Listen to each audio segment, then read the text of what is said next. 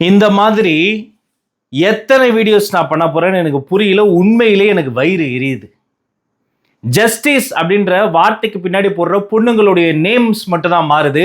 இங்க பாலியல் கொடூரங்கள் மாறவே மாட்டேங்குது. ஆயிரக்கணக்கான லட்சக்கணக்கான பெண்கள் ஒவ்வொரு வருஷமும் இதே மாதிரி துள்ள துடிக்க, படிச்சவங்க படிக்காதவங்க, சின்னவங்க பெரியவங்க, கூட இருக்கிறவன் சொந்தக்காரன் தெரிஞ்சவன் தெரியாதவன் எவனோ ஒருத்தன் வந்து கற்பழிச்சு கொண்டு வீசிட்டு போயிட்டே இருக்கிறான். என்னைக்கு தாங்க இந்த நாடு திறந்தோம்? இந்த முறை கொல்கத்தால இருக்கக்கூடிய பிஜி படிக்கக்கூடிய ஒரு டாக்டருங்க. நம்ம குழந்தைக்கும் நமக்கும் ஏதோ ஒரு பிரச்சனைனா நாம டாக்டர் கிட்ட போவோம். அந்த டாக்டரை கோயில்ல சாமியை கையெடுத்து கும்பிடுவோம், எங்களை காப்பாத்துன்னு. அதன் பிறகு என்னை காப்பாத்துன்னு கையெடுத்து கும்பிடுற ஒரே வாழும் தெய்வங்கள் டாக்டர்ஸ். அந்த டாக்டரை, ஒரு லேடி டாக்டரை, சின்ன வயசுல இருந்து +2 முடிச்சோடனே முன்ன மாதிரிலாம் டாக்டர் ஆக முடியாது. நீட் எழுதி யூஜி படிச்சு 5வது வருஷம் கிராமத்துக்கு போய் சேவை செஞ்சு எல்லாம் பண்ணி பிஜி படிச்சு முடிச்சிருந்தா இப்ப நம்ம ஃபேமிலி செட்டில் ஆகிடும் நினைக்கும் போது, ஒரு பிஜி டாக்டர் நைட் டியூட்டிக்கு வந்தவங்க விடிய காலையில ஒரு 5-5:30 மணிக்கு அந்த கிளீனிங் பண்றவங்க வந்து பார்த்தா செமினார் ஹாலில் அரை நிர்வாணமா கொடூரமா கற்பழிக்கப்பட்டு கொலை செய்யப்பட்டு கிடக்கிறாங்க. தகவல் அறிந்து எல்லா மருத்துவர்கள் வராங்க. அது ஒரு பெரிய ஹாஸ்பிட்டலுங்க. ஆயிரக்கணக்கான பேஷண்ட்ஸ் உள்ள வந்து போகிற, பல்லாயிரக்கணக்கான உயிர்களை காப்பாற்றி கொண்டிருக்கக்கூடிய கோயில்ல இது நடந்திருக்கு. ஹாஸ்பிட்டல் என்பது ஒரு கோயில் தான். அங்க இருக்கக்கூடிய ஒவ்வொரு டாக்டர்ஸும் தெய்வம் தான். என்ன நடந்ததுன்னு தெரியல. 4-5 மணி நேரமா அந்த பிரேதத்தை கைப்பற்றி பிரேத பரிசோதனை செய்து என்ன நடந்து சிசிடிவிலாம் ஆராய்ச்சி பண்ணிட்டு இருக்கிறாங்க. பிரேத பரிசோதனை அறிக்கை அதை படிக்கும் போதே அதிர்ச்சியா இருக்குங்க. உடம்பு முழுக்க ரத்த காயங்கள், கொடூரமா. அந்தம்மா கண்ணாடி போடுற பழக்கம் இருக்கும் போல. இந்த தாக்குதல்ல அந்த கண்ணாடி உடைஞ்சு அந்த அம்மா கண்ணையே குத்தி ரத்தம் அடைந்திருக்கு. ரொம்ப டார்ச்சர் பண்ணி அபியூஸ் செய்யப்பட்டு அவங்க வந்து கற்பழிக்கப்பட்டு பின்பு கொலை செய்யப்பட்டிருக்கிறாங்க. இந்த இடத்துல, சம்பவம் நடந்த இடத்துல ஒரு ப்ளூடூத் ஏர்பீஸ் மட்டும் கிடைச்சிருக்குங்க. இந்த ப்ளூடூத் கருவி இருக்கு பாருங்க, யாரோடது இது என்ற கோணத்தில் முதல்ல போலீஸ் விசாரணையை தொடங்குறாங்க. நிறைய வாலண்டியர்ஸ் வந்து அங்கே ஹெல்ப்லாம் பண்றாங்க. பல மருத்துவர்கள், பல வெளிநோயாளிகள், உள்நோயாளிகள், மருத்துவ மாணவர்கள், இத்தனை பேர் வந்து போற இடத்த எவ்வளோ பாதுகாப்பாக வச்சிருக்கணும். இதை விட அந்த கல்லூரியினுடைய முதல்வருக்கு வேற என்ன வேலை?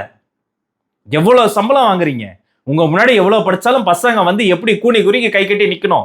எந்த அளவுக்கு பாலிடிக்ஸ் பண்றீங்க? எவ்வளவு பழி வாங்குறீங்க? ஸ்டூடெண்ட்ஸோடைய செக்யூரிட்டி உங்களுக்கு முக்கியம் இல்லையா? உயிர் முக்கியம் இல்லையா? அதை உறுதி செய்யறது முக்கியம் இல்லையா? உங்க வீட்டுக்கு, உங்க வீட்டில் இருக்கக்கூடிய கஜானாவில் நீங்க பதுக்கி வைத்திருக்கிற கருப்பு பணத்துக்கெல்லாம் எவ்வளவு பாதுகாப்பு தர்றீங்க? அங்க படிக்கிற பொம்பளை பிள்ளைங்களுக்கு பாதுகாப்பு தர மாட்டீங்களா? எல்லா இடத்துலையும் ஒரு சிசிடிவி சர்வேலன்ஸ் போட மாட்டீங்களா?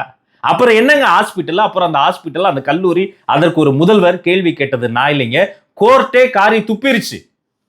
பெரும் போராட்டத்திற்கு பின்பு கொல்கத்தா உயர்நீதிமன்றம் இந்த வழக்கை எடுத்து முதல்ல அந்த முதல்வரை வேலையை விட்டு போக சொல்ல, அவர் வீட்லயே இருக்க சொல்லு, வேற எந்த காலேஜுக்கு வேலைக்கு போயிட வேணாம்னு சொல்லுன்னு காரி துப்பிருக்கு உயர்நீதிமன்றம். அது மட்டும் இல்ல, இந்த இன்வெஸ்டிகேஷன்ல ஒருத்தர் வந்து ரொம்ப ஹெல்ப் பண்ணாங்க பாருங்க, வாலண்டியர்ஸ். அந்த அந்த சிவிக் வாலண்டியர்ல ஒருத்தன், அவன் மீது சந்தேகம் வந்திருக்கு. ஏன்னா அவனுடைய காலணிகள்ல ரத்த கரை இருந்திருக்கு. அப்புறம் அந்த சிசிடிவிலாம் ஆராய்ச்சி பண்ணும்போது அந்த யார் மீது சந்தேகம் இருந்ததோ, சஞ்சய் ராய் என்ற அந்த ஒரு கேவலமான மிருகம் ஒரு 4 மணி வாக்கில் அந்த செமினார் ஹால் பக்கம் போயிருக்கு. அப்புறம் 4:45 வெளில வந்திருக்கு. அவன் தான் அந்த கொடூரத்தை செய்திருப்பான்னு சந்தேகத்தில் விசாரிக்கும் போது அவன் தான் அதை செய்திருக்கிறான். அந்த ப்ளூடூத் கருவி அவனோடது.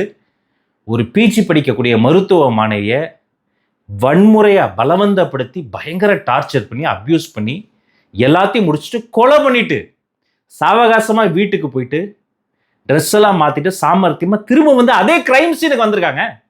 அதே இடத்துக்கு வந்து ஹெல்ப் பண்ற மாதிரி நடிச்சிருக்காங்க. இப்ப எவ்வளவு ஒரு நம்பிக்கை. யாரும் தான் கண்டுபிடிக்க மாட்டாங்க, மாட்டிக்க மாட்டோம், இந்த சிஸ்டம் நம்மளை கண்டுபிடிக்காது, என்ன ஆயிட போகுது, குற்றம் செய்த இடத்துக்கே மறுபடியும் வந்திருக்கானா. அவன் எப்பேற்பட்ட ப்ளூடூத் சைக்கோவா இருப்பான். இப்ப அவன் கைது செய்யப்பட்டிருக்கிறான். கேள்வி அது கிடையாது, என்ன தண்டனை கொடுத்துருவீங்க? ஒரு படம் வந்தது தெரியுமா, மாலினி அப்படின்னு ஒரு படம். ஸ்ரீபிரியா அதில் நடிச்சிருப்பாங்க, டைரக்ட் பண்ணாங்கன்னு நினைக்கிறேன். அந்த படத்துல இதை போன்ற கொடூர காமுகர்களுக்கு, மிருகங்களுக்கு அவங்களுடைய பிறப்புறுப்பை மருத்துவர்களே அப்படியே அறுவை சிகிச்சை பண்ணி ரிமூவ் பண்ணிடுவாங்க. இப்போ பிறப்புறுப்புலன்னா அது வழியாக தான் சிறுநீர் வெளியேறணும், அது வழியாக தான் அவனுடைய அவனுடைய இன்பமயமான ஒரு வாழ்க்கையை அவன் கற்பனை பண்ணியிருப்பான். அதற்கெல்லாம் அதுதான் முக்கியம். அதுவே இல்லைன்னா என்ன பண்ணுவான்? ரொம்ப ஆத்திரமா தான் இருக்கு. அந்த படத்துல காமிச்சப்ப என்ன இப்படி காட்டிட்டாங்கன்னு தோணுது. ஆனா உண்மையிலே அப்படி 4 பேருக்கு பண்ணா கூட இது குறையுமான்னு தெரியலைங்க. குட்டி குழந்தையில இருந்து வயசான பாட்டி வரைக்கும் எத்தனை கம்ப்ளைண்ட், எத்தனை பிரேக்கிங் நியூஸுங்க. நாடு முழுக்க இருக்கக்கூடிய மருத்துவ மாணவர்கள் போராடுறாங்க. இது அவங்க பிரச்சனை நினைக்காதீங்க. மருத்துவ மாணவர்கள் போராடினால் இந்தியாவில் இருக்கக்கூடிய மருத்துவமனையில ஓபி பார்க்க முடியாது. அவுட் பேஷண்ட்ஸை யார் பார்க்கறது? மருத்துவர்கள் மருத்துவமனைக்கு வரலன்னா இந்தியாவில் இருக்கக்கூடிய நோயாளிகள் நிமிஷத்துல நொடி கணக்குல உயிருக்கு போராடிட்டு இருக்கிறாங்க. கோல்டன் அவர்னு இருக்கு. ஹார்ட் அட்டாக்கும் பிரெயின் ஸ்ட்ரோக்கோ உடம்புல ஏதோ ஒரு பிரச்சனையோ பாம்பு கடியோ ஏதோ ஒரு எமர்ஜென்சினா அந்த எமர்ஜென்சிக்கு அட்டன் பண்றதுக்கு ஏற்கனவே போதுமான அளவுக்கு டாக்டர்ஸ் இல்லைங்க. அப்படிப்பட்ட சூழ்நிலையில வேற வழியே இல்லாம பாதி பேர் டியூட்டிக்கு, பாதி பேருக்கு போராட்டம்னு. ஏன்னா போராடாம விட்டா அந்த கேஸை மூடி மறைச்சிருவானுங்க. எத்தனை கேஸ் இப்படி மூடி மறைச்சிருக்கிறாங்க. எத்தனை கேஸ் வந்து உயிரோட வந்த விக்டிமை வந்து கேரக்டர் அசாசினேஷன் பண்ணியிருக்கிறாங்க. இந்த ரேப் அப்ப நீங்க வந்து எதிர்ப்பு தெரிவிக்கல, எதிர்ப்பு தெரிவிச்சிருந்தா அந்த காயங்கள், நகை காயங்கள் வந்து அந்த ரேப் பண்ணவர் மீது இருந்திருக்கும். இப்படி அதாவது கொஞ்சம் கூட லாஜிக்கே இல்லாம 1000 காரணங்களை சொல்லி லட்சக்கணக்கான குற்றவாளிகளை நிரபராதின்னு வெளில விட்டுருக்கோமே. அதோடைய விளைவு தாங்க 2024 ஒரு பிஜி படிக்கிற டாக்டரை இந்த கொடிய பெரும் குற்றத்திற்கு நம்ம வந்து இழந்திருக்கிறோம். இந்த செய்தி இந்தியா முழுக்க தீப்புல பரவிட்டே இருக்கு. இது ஹை டைம். இதுக்கு மேல நம்ம வந்து ரேப்புக்கு வந்து மெர்சி காட்டவே முடியாது. இந்தியாவில் ஒரு குற்றம் அது எப்பயாவது ரேரா நடந்தாலும் அதற்கு கடுமையாக நடவடிக்கை எடுக்கணும். ஒரு பயங்கரவாத தாக்குதல் தொலைநோக்கு பார்வையோட அடுத்த 200 வருஷத்துக்கு பயங்கரவாத தாக்குதல் நடத்தக்கூடாதுன்னு அதை வந்து பயங்கரமா 5 அடுக்கு பாதுகாப்பு கொண்டு வரும். அப்ப ஒவ்வொரு நாளும் எத்தனை கற்பழிப்பு நடக்குது, எத்தனை பாலியல் வன்முறை நடக்குது. பாதுகாப்பான ஒரு ஒர்க்கிங் என்விரான்மெண்ட்டை ஒரு பெண்மணிக்கு உருவாக்கலன்னா அப்புறம் என்னங்க நம்ம தாய்நாடு? அப்புறம் என்னங்க நம்ம சுதந்திரம் வாங்கிட்டோம்? எப்படிங்க நம்ம சுதந்திரத்தை சந்தோஷமா கொண்டாட முடியும்? அப்ப வேலைக்கு போற ஒவ்வொரு பெண்மணியும் பயந்துகிட்டே போறாங்க. இந்த சூழல் மாறணும்.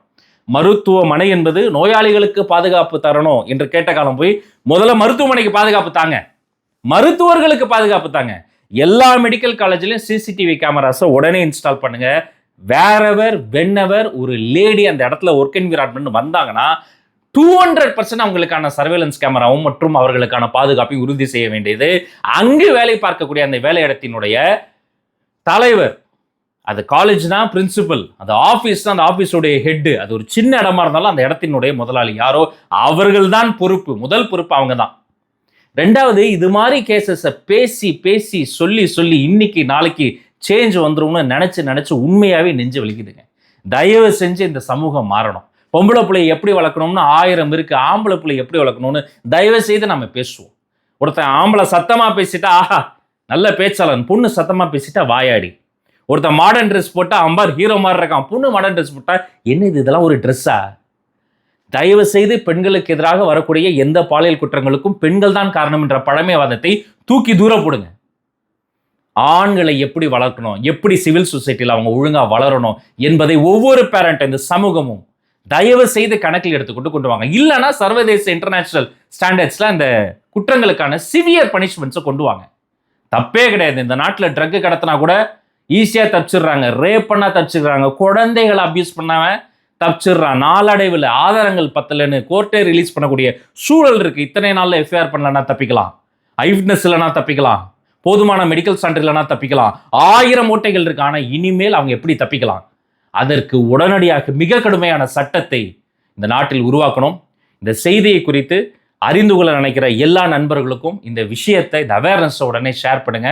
எதை குறித்து பேசலாம் கமெண்ட்ஸ்ல சுட்டி காட்டுங்க. உங்கள் அத்துணை பேருக்கும் நல்லதே நடக்கட்டும், நலமே சொல்லட்டும். பாதிக்கப்பட்ட மாணவியினுடைய குடும்பத்திற்கு விரைவில் நீதி கிடைக்கட்டும். நன்றி.